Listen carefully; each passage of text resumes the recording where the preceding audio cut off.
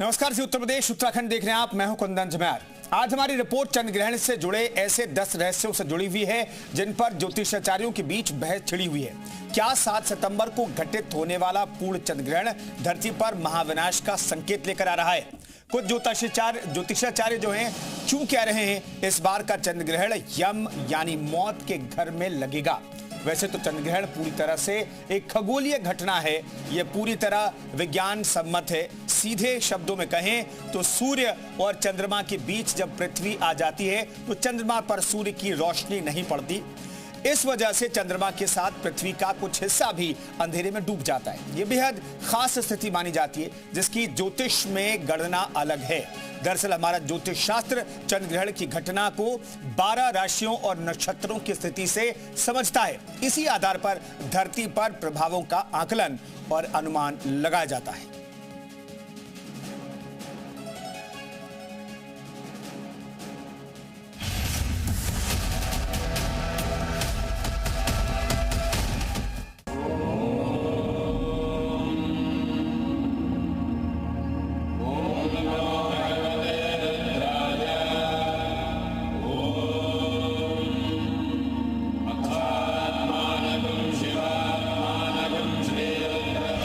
जब मौत के घर में लगेगा चांद पर ग्रहण।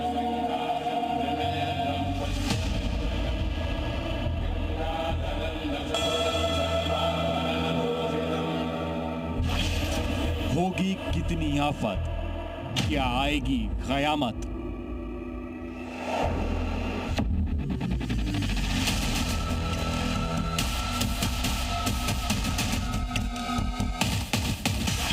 प्रलय योग में ग्रहण 500 साल बाद।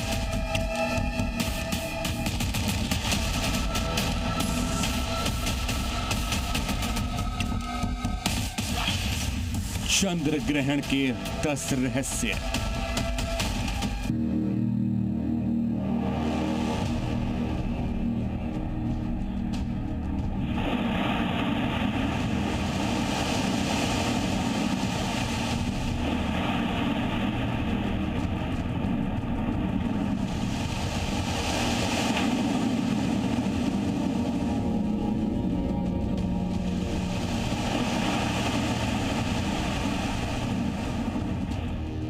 विज्ञान चंद्रमा को सूखा उपग्रह मानता है, लेकिन हमारे वैदिक ग्रंथ चंद्रमा को देव रूप में जल का कारक मानते हैं। इसीलिए इसे वेदों में सोम कहा गया है।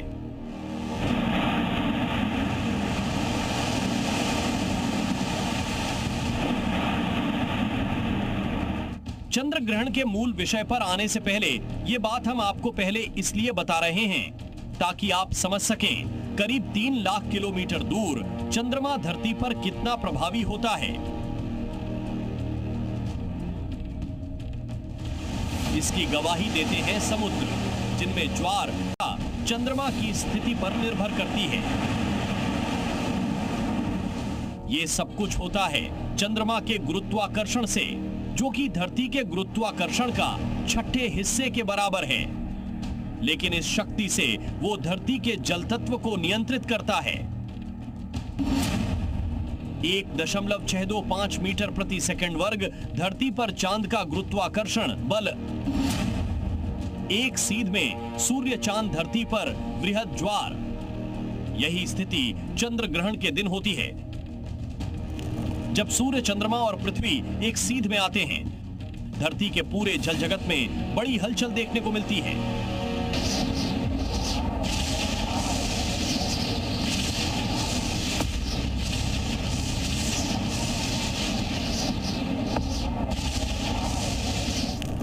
वो चाहे समुद्र हो या हमारा शरीर, जिसे 60% हिस्सा जल का होता है।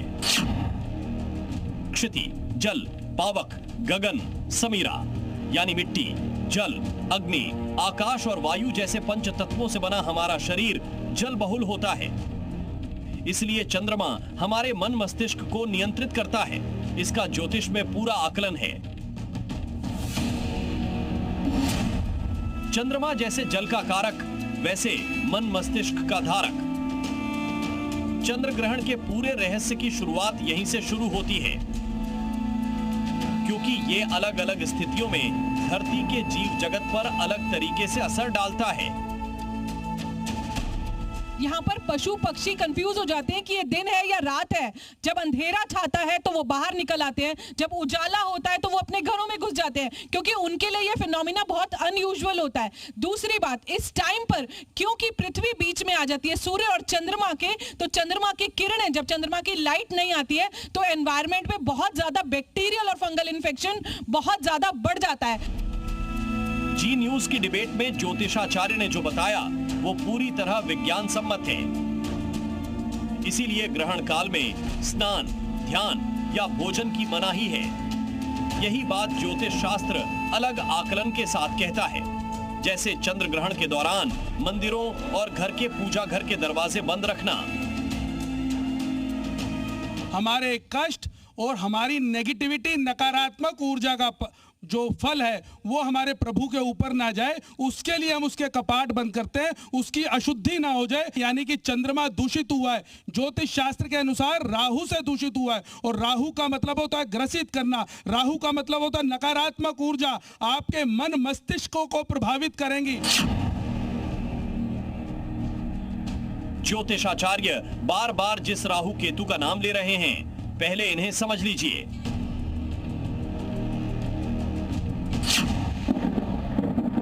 इसे हमारे पौराणिक मान्यता से समझिए।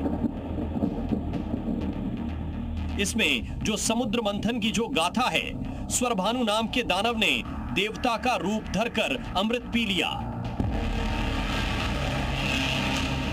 अमृत कलश के रक्षक चंद्रदेव और सूर्यदेव ने जब ये बात भगवान विष्णु को बताई तो उन्होंने सुदर्शन चक्र से उसके शरीर को 2 हिस्सों में काट दिया।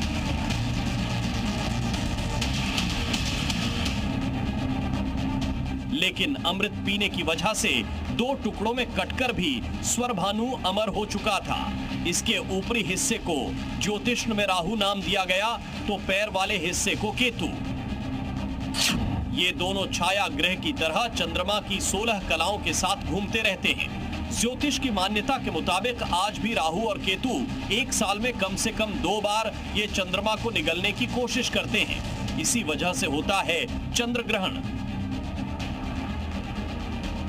चंद्रमा और राहु शनि और प्लूटो के बीच में बैठे हुए हैं। ये पाप कर्तरी योग, प्लूटो जिसको यम का कारक माना जाता है, और यम के ही वास में पितरों का वास होता है। पितृपक्ष से पहले की पूर्णिमा पर लगने वाला ग्रहण इस मायने में भी खास है क्योंकि पूरे भारतीय उपमहाद्वीप में आरंभ से अंत तक दिखाई देगा। यानी पूरे 3.5 घंटे तक के ग्रहण काल में चंद्रमा की पहली कला लुप्त होने से पूरे चांद के लाल स्वरूप में आने तक सब कुछ साफ साफ दिखाई देगा। पहले इसकी डिटेल जानिए। हिंदू पंचांग के मुताबिक चंद्र ग्रहण 7 सितंबर की रात 9:57 से शुरू होगा। ग्रहण का मध्यकाल रात 11:41 होगा और मोक्ष काल यानी समाप्ति रात 1:26 पर होगा। पूरा ग्रहण काल 3 घंटे 29 मिनट का होगा। इसमें से 2 घंटे 26 मिनट तक चंद्रमा ब्लड मून रूप में दिखेगा। ग्रहण का सूतक 9 घंटे पहले से यानी दोपहर 12:30 से लग जाएगा, जबकि सूतक काल रात 1:26 पर खत्म होगा, जो कि पितृपक्ष की शुरुआत है। लेकिन इस पूर्ण चंद्र ग्रहण को लेकर ज्योतिषाचार्यों का एक आकलन ऐसा है जो धरती पर बड़ी तबाही के संकेत दे रहा है।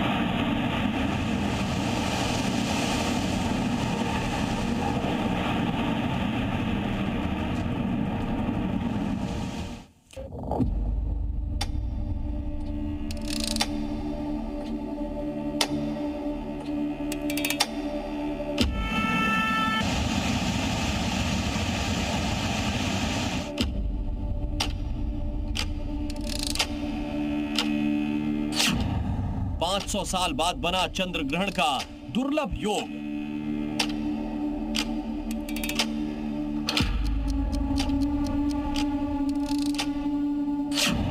धरती पर जल प्रलय या अमंगल संकेत।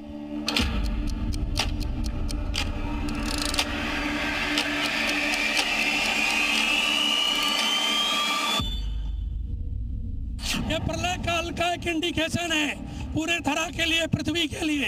हिंद महासागर से लेकर के अटलांटिक महासागर तक ये भूमध्य में जो ग्रहण का प्रभाव रहेगा, इसमें आपको डरना होगा, सत्य के, न्याय के, धर्म का पालन करना होगा।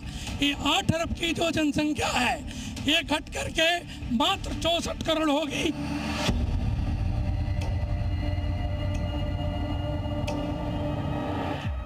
ज्योतिषाचार्य की इस भविष्यवाणी से भले ही इत्तेफाक न रखें, लेकिन जहां तक कलयुग के आखिरी चरण का साल है, तो इसे लेकर हमारे पौराणिक ग्रंथों में जिक्र है।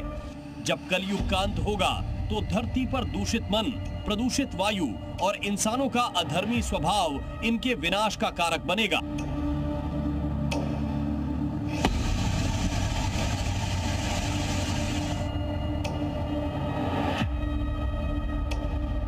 ये एक इंडिकेशन है, यहाँ से शुरुआत हो रही है मृत्यु की, रोग की, यानी कि लोग रोग को प्राप्त होंगे, मन से दूषित होंगे, डिप्रेशन में जाएंगे, चिंताओं से ग्रसित होंगे और उससे रोग उत्पन्न होगा।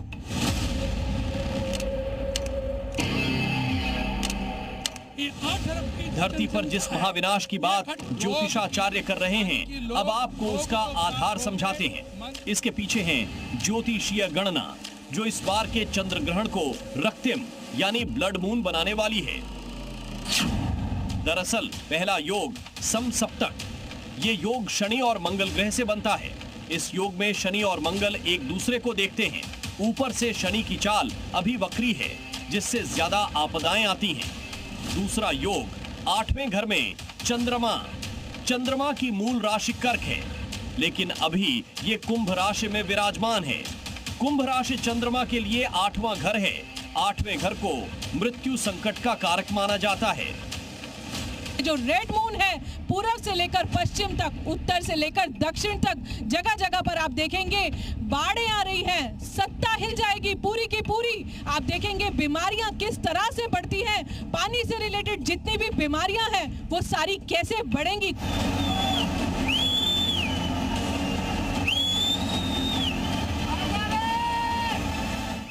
तो क्या पिछले 2 महीने से धरती के अलग अलग हिस्सों में जो जल प्रलय जैसे हालात दिख रहे हैं, वो अभी सिर्फ ट्रेलर है?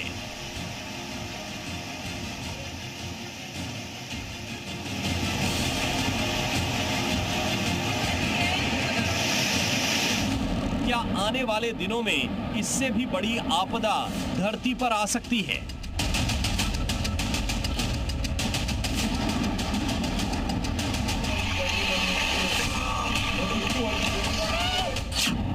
चंद्र ग्रहण के बाद क्या आएगा बड़ा भूकंप या फटेगा बड़ा ज्वालामुखी? शनि सत्ता का कारक है। कहीं ना कहीं सत्ता पक्ष और विपक्ष के बीच में विद्रोह होना, सरकारों का उथल पुथल होना, बड़ी बड़ी सेलिब्रिटीज का मरना, ये निश्चय रूप से इस ग्रहण के दुष्प्रभाव के काल में देखा जाएगा। चंद्र ग्रहण का जो दूसरा बड़ा संकेत ज्योतिषाचार्य बता रहे हैं, पूरी दुनिया में सत्ता संघर्ष का।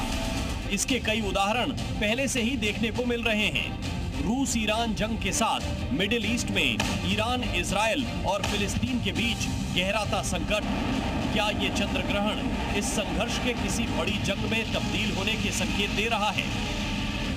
क्योंकि जैसा हमने पहले बताया, चंद्रमा धरती पर जल और मन मस्तिष्क का नियंत्रक है और एक कवाहत भी है, विनाश काले विपरीत बुद्धि।